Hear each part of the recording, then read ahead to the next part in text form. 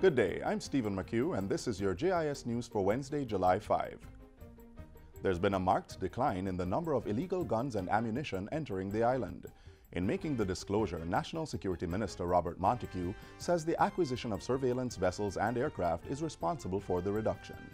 Going forward, he says, the security forces will be increasing vehicle checkpoints to stem the flow of illegal guns and ammunition across the parishes. We find that the top 5 most wanted guns is responsible for some 51 murders across 6 police divisions.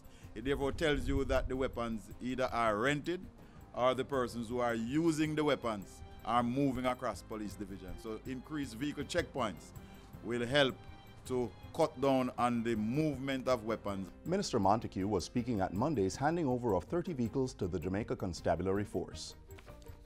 Still on national security, the island has maintained its Tier 2 ranking in the 2017 Trafficking in Persons report. Released recently by the U.S. Department of State, the report cites a number of measures by the government to stem the practice.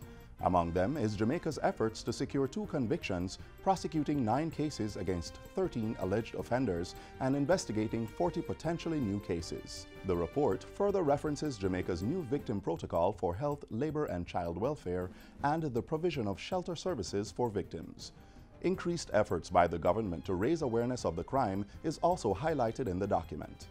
In other news, students and staff of the Breadnut Valley Primary School are now in more comfortable settings, thanks to a well-needed infrastructure upgrade. The $79,278 grant for the renovation was provided by the Japanese government through its grant assistance for grassroots and human security project. Works included repair of school buildings, installation of classroom partitions, perimeter fencing, ventilation, roofing, water storage, and paving of the school compound. The project has achieved its objective of providing the school community with a safe and secure teaching and learning environment. All of those areas were needs that were identified by the school community that if they were to get those needs satisfied, they could do a better job of serving students of the community. It is my sincere hope that this new and improved learning environment will allow students to learn to be more comfortable and therefore concentrate on their schoolwork so that they can improve their academic performance. A project to replace 105,000 high-pressure sodium streetlights with smart LED lights was officially launched in Montego Bay recently. Its aim is to reduce by 30% the current cost of energy for street lighting across the country. The 3-year project began on June 1 this year with 1,800 smart LED lights installed to date.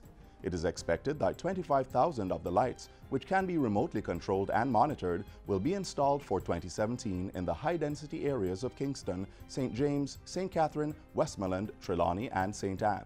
In welcoming the Jamaica Public Service Company-led initiative, Technology Minister Andrew Wheatley says the street lights provide a platform for enhanced security and crime fighting. It has the potential to house cameras. In fact, it can even be used to facilitate a mobile network service. That is the potential of implementing such a smart device in our township. And so, government will be looking to ensure that we utilize the full potential of smart technology. And finally, Jamaican domestic workers' rights advocate Shirley Price is CARICOM Woman of the Year and the recipient of the 12th Triennial Award for Women. Price was acknowledged for her role in the development and adoption of the 2011 ILO Convention for Domestic Workers, a document which was recently ratified by Jamaica. The award was issued at Tuesday's opening ceremony for the 38th regular meeting of the Conference of Heads of Government of CARICOM being held in Grenada. Prime Minister Andrew Holness leads Jamaica's delegation to the meeting, where he's scheduled to share in discussions on matters of local and regional importance. Among them, security, Brexit, the Venezuelan crisis, and the implementation of the Caribbean single market and economy. Ahead of Tuesday's opening ceremony, Mr. Holness held talks with German Special Envoy, Ambassador Peter Linder. And that's it for JIS News Today. I'm Stephen McHugh. Thanks for watching.